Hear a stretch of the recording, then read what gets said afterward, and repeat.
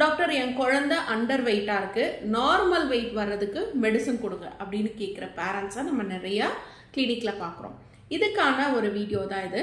ஆக்சுவலாக ஒரு குழந்தை அண்டர் வெயிட்டாக இருக்குன்னா பிரச்சனை எங்கன்னு பார்த்து அதை ட்ரீட் பண்ணுறது அந்த பெர்மனன்ட் சொல்யூஷனாக இருக்கும்.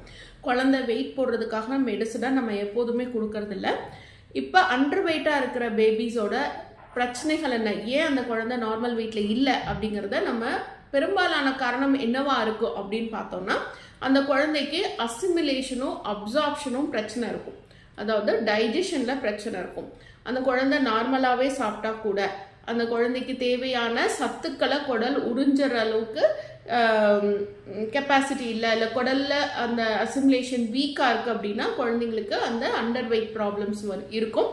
அது மட்டும் இல்லாமல் குழந்தை சீக்கிரமாக டயர்டாக ஃபீல் பண்ணும், கை கால் வலி வரும், கொஞ்சம் ஓடுனாலே கொஞ்சம் கை கால்லாம் வலிக்குதுன்னு சொல்லும். இந்த இஷ்யூவை என்ன பண்ணலாம் அப்படின்னா, பெர்மனண்ட்டாக சரி பண்ண ஹோமியோவில் இந்த டைஜஷனை இம்ப்ரூவ் பண்ணுறதுக்கு குழந்தை சாப்பிட்ற ஃபுட்டில் இருக்கிற அந்த சத்துக்களை குடல் ஈஸியாக உறிஞ்சுறதுக்கான மெடிசன்ஸ் கொடுக்குறோம். அது மட்டும் இல்லாமல் குழந்தை நல்லா பசிச்சு சாப்பிடணும், பசிச்சு சாப்பிட்றதுக்கு என்னென்ன விஷயங்கள் செய்யணும் அப்படிங்கிறதும் நம்ம கிளினிக்கில் சொல்லித்தரோம். அப்படியே குழந்தை நல்லா பசியாகி ஃபுட்டை எடுத்துக்கும் பொழுது டைஜஷன் நார்மலாக இருக்கும். எடுக்கிற ஃபுட்டில் இருக்கிற எல்லா சத்துக்களும் உடம்புக்கு சேரும், குழந்தையோட வெயிட்டு நார்மலுக்கு வரும். ஸோ குழந்தை வெயிட் போடணும் அப்படிங்கிறதுக்கு இனி ட்ரீட்மெண்ட் வேண்டாம்.